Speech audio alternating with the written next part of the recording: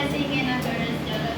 Yung una po, answer prayer po na sa almost 5 months to po as full time, hindi na po against sila mama. Parang tanggap na po nila na ito yung pinili kong, kasi yung decision ko. And aside po doon, parang nagkaroon po sa akin ng, paano ba ito? Ng, yung kinalakihan ko po na syempre po iba pa rin po kapag kasama ko yung parents mo. Parang sa loob po ng 5 months, hinanap ko po yun.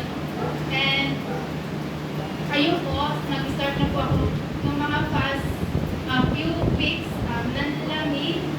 And nung linggo, ayun. Ayun po,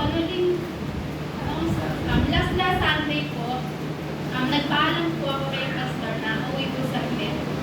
Pero uuwi po dapat ako that night din. Pero ayun na po na-tempt, inantop. Buti natin siya. The comforter of home. The comforter of home. Ayun po, sumuway po sa Pastor. And yung consequence din po na is, ayun nga po ngayon, siguro nakakita sa choir. And pinagpapasalamat ko rin po yun sa Panginoon.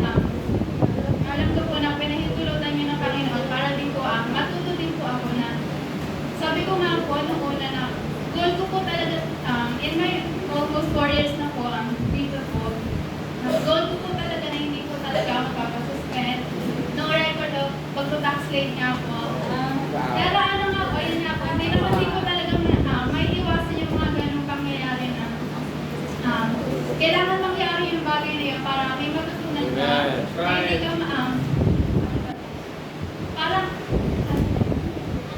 parang naging depend, parang, wait lang, May mag-testimony. ayun nga po na, nagpapasalamat po ako sa Panginoon. Yung correction po niya last week na, yung mga ministry ko po na mas lalo ko pong pinahalagahan kahit na, ayun nga po, suspended, parang, tawag dito?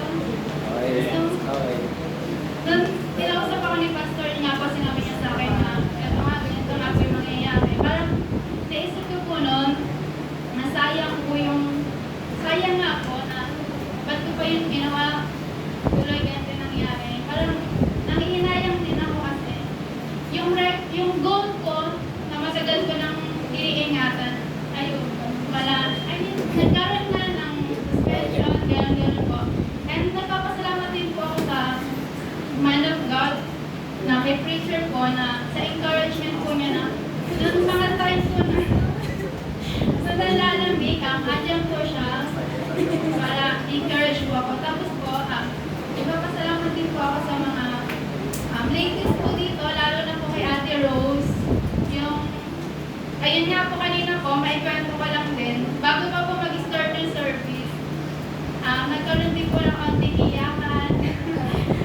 So, ayun po, nagpaalala po ulit si Ate Rose na kung may mas pagod pa kung pagod tayo, mas pagod pa sa atin, yun nga po si preacher na tignan po natin si preacher na kahit anong pagod niya, hindi niya inisip na mag-backslide. So, ganun din lang.